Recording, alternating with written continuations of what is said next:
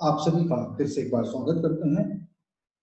आज हम एक नए बिंदु के साथ उपस्थित हुए हैं, एक नए पॉइंट के साथ, जिसका नाम है हिंदी भाषा तथा मानकीकरण।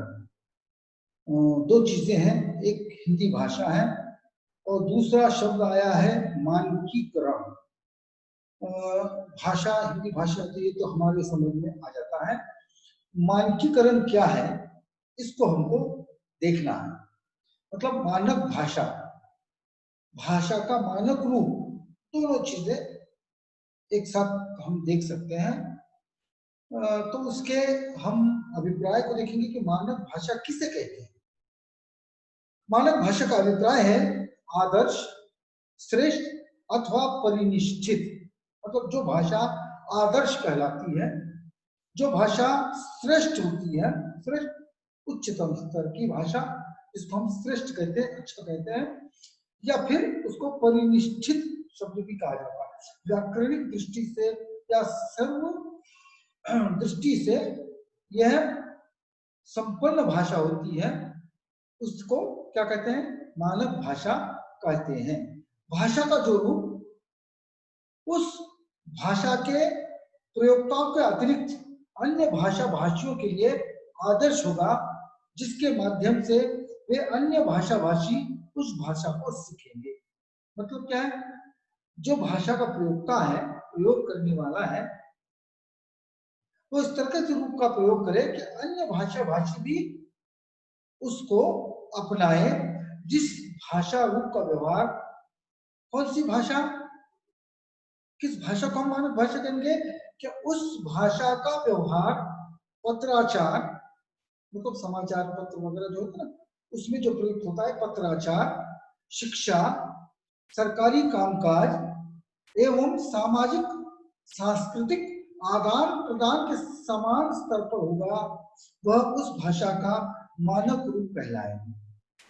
मतलब वो जो भाषा है वही तब मानक रूप कहलाएगा उस भाषा का जब वह शिक्षा के स्तर पर प्रयोग में आएगा, समाचार पत्र पत्रिकाओं में वो प्रयोग में आएगा, सामाजिक एवं सांस्कृतिक आदान प्रदान में प्रयोग में आएगा। उस भाषा को मानक भाषा हम कह सकेंगे। यह जो मानक शब्द है उसका मैं अर्थ बता दूं, ये कहां से आया है। यह अंग्रेजी भाषा के स्टैंडर्ड शब्द का पर्यायवाची है। स्टैंडर्ड मतलब ही मानक, स्टैंडर्ड अच्छा, श्रेष्ठ, हम जैसे कहते हैं उस तरह से स्टैंडर्ड शब्द का, अंग्रेजी के जो स्टैंडर्ड शब्द है उसका पर्याय शब्द है मानक। और इस पर्याय के रूप में भाषा के जिस रूप को प्रायः व्याकरण सम्मत, जैसे मैंने पहले कहा, व्याकरण सम्मत, शुद्ध, परिनिष्ठित तथा परिमार्जित कहा जाता है, उसके लिए अब मानक शब्द का प्रयोग होता है।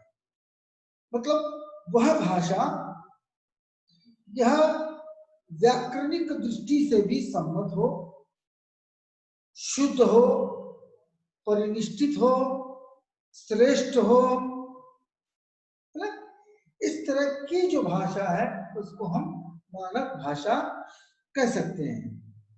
अब देखिए, हम देखते हैं रोजमर्रा की जिंदगी में भी, जैसे संसारिक व्यक्ति है, तो हम देखते हैं कि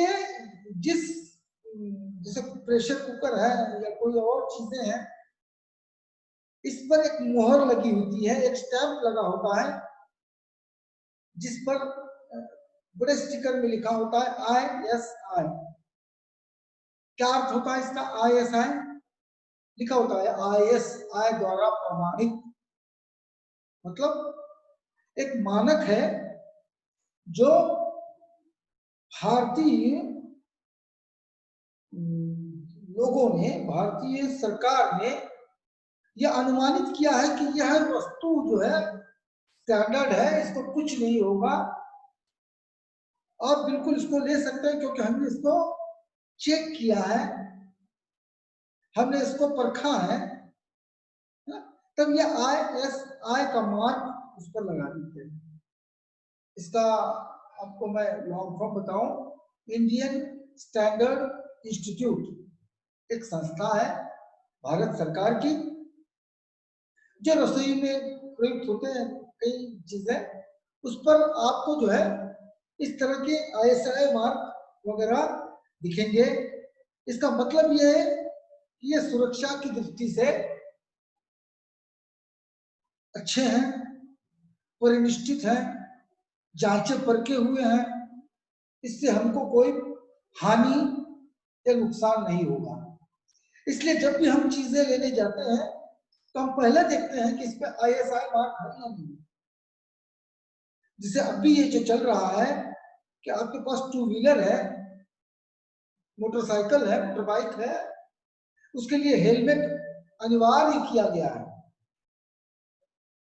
कौन सा हेलमेट ले, कौन सा हेलमेट ले, न केवल कंपनी बताई गई है, भारत सरकार द्वारा ये निर्देशित किया गया है कि जिस पर ISI की मोहर लगी है, मतलब इंडियन स्टैंडर्ड इंस्टीट्यूट ने जिसको मान्यता दी है, जिसको जांचा परखा है, इस तरह के हेलमेट का प्रयोग करें ताकि आपको कोई नुकसान नहीं होगा।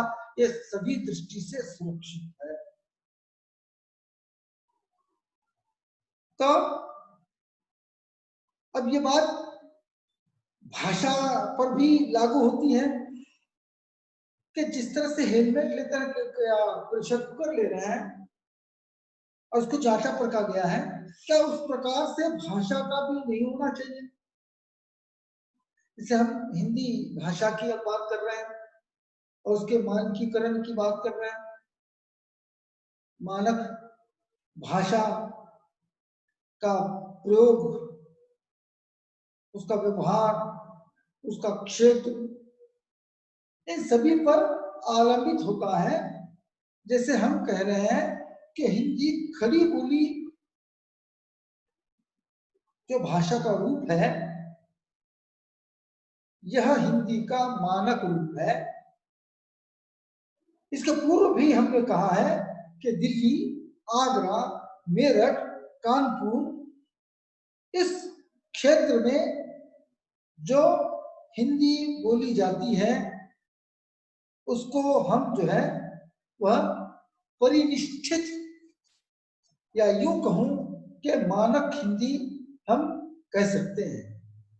अब यह मानक हिंदी का प्रयोग कहाँ होता है, कैसे होता है, किस क्षेत्र में होता है, तो हमने देखा कि यह भाषा जो है यह उच्च स्तर की कहलाएगी, श्रेष्ठ कहलाएगी, और यही उच्च स्तरीय आदर्श भाषा, जैसे कायदे कानून की जो बात करते हैं, अदालत की बात करते हैं, हम साहित्य सृजना या रचना की बात करते हैं, हम समाचार की बात करते हैं, जो हिंदी में समाचार आ जाते हैं, हमने पहले पत्रचारों की या पत्राचारों की बात हमने कही है, हमने आलेखों की बात कही है, जितने भी रूप है साहित्य के जिसमें भाषा का प्रयोग होता है, उस भाषा को मानक भाषा कहा जाता है। एक आदर्श रूप, एक श्रेष्ठ रूप भाषा का जिसमें प्रयुक्त होता है, जिस भाषा को परिनिष्ठित रूप में, उच्च स्तर पर श्रेष्ठ रूप में जो बोला जाता है या प्रयोग होता है, व्यवहार में आती है, उसको हम मानक भाषा कहते हैं।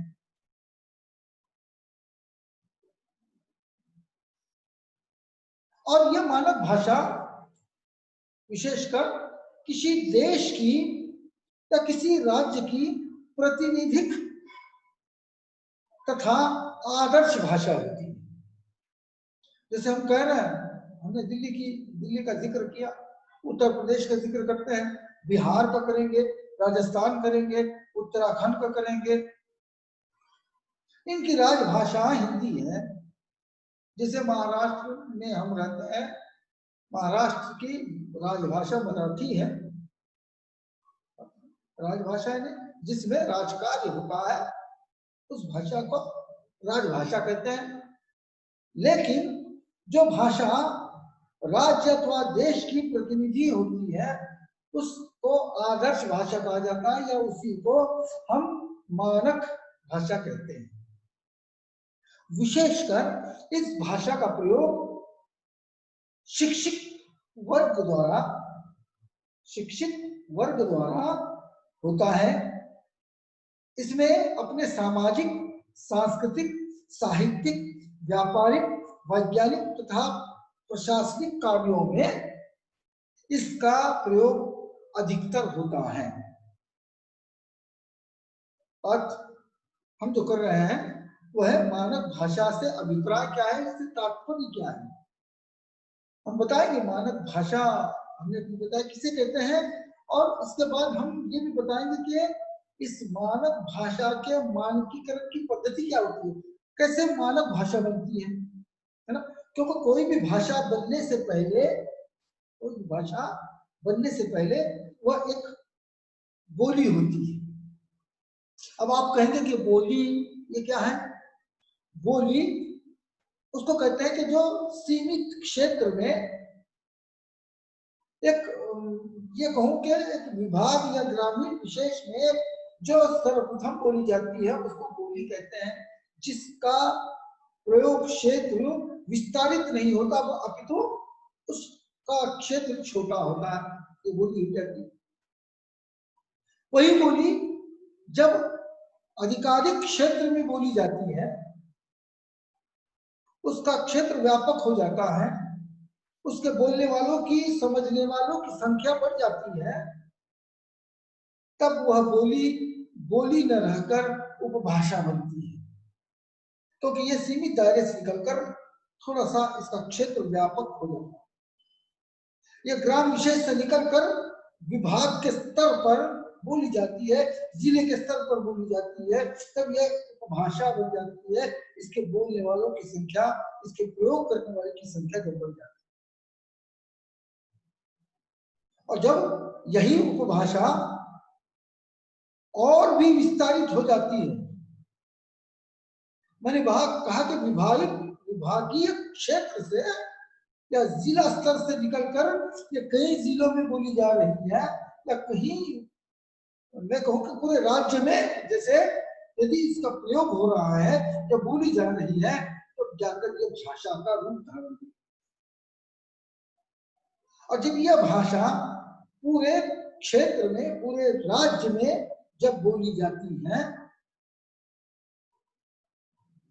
तब उसका प्रयोग परिनिष्ठित हो जाता है, शुद्ध रूप में बोली जाती है। उसमें के व्याकरणिक कोटियां, व्याकरणिक जो त्रुटियां वो निकाली जाती है, और शुद्ध रूप में उसका प्रयोग होने लगता है हर क्षेत्र में मैं कह रहा हूं। मतलब हमने इसके पहले भी कहा, व्यापार के क्षेत्र में, सांस्कृतिक के क्षेत्र में, राजनीति के क्षेत्र में, सामाजिकता के क्षेत्र में, पत्राचार के क्षेत्र में, साहित्य की दृष्टि से, अदालत की दृष्टि से जब ये प्रयोग में आती है, तब वह मानक भाषा कहलाती है, स्टैंडर्ड लैंग्वेज। देखिए हमने आज जो हमने देखा इस पीरियड में, केवल इतना ही, केवल याद में रखिएगा आप कि मानक भाषा किसे कहते हैं। विशेषकर हमने जैसे हर एक मानक भाषा के लिए यही सिद्धांत लागू होता है, चाहे वो अंग्रेजी हो, मराठी हो, हिंदी हो, चाहे जो कुछ भी भाषा, जो भी भाषा है, ये कई विश्व में कई प्रकार की भाषाएं बोली जाती है, जिसमें हमारी हिंदी भी प्रमुख है। तो हम हिंदी भाषा के मानकीकरण के संदर्भ में बात कर रहे हैं। हालांकि ये हर भाषा के लिए यही सिद्धांत लागू होते हैं, मानक भाषा मतलब वह भाषा का वह रूप जो श्रेष्ठ है, जो उच्चतम है, जो आदर्श है, जो परिनिष्ठित है, उस रूप को मानक भाषा कहते हैं। यहां पर आकर हम रुकते हैं।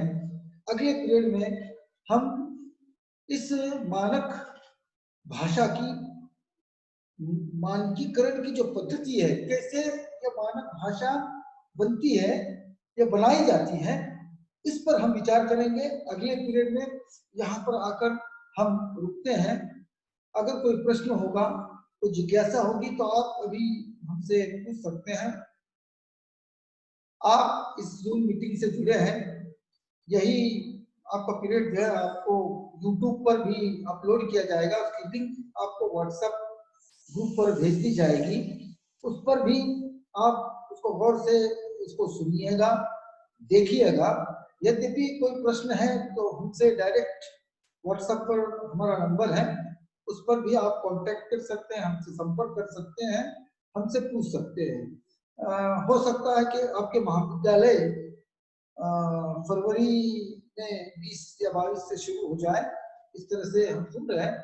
लेकिन तब तक हमारे लिए कोई ढिलाई बरतनी नहीं है। जब तक दवाई नहीं तब तक ढिलाई नहीं। घर पर रहिए, सुरक्षित रहिए। और हमारे जितने भी आपको लिंक डाले जा रहे हैं व्हाट्सएप ग्रुप पर, इसको देखिए, एक बार नहीं बार बार देखिए और घर पर ही रहिए, सुरक्षित रहिए। धन्यवाद, शुक्रिया।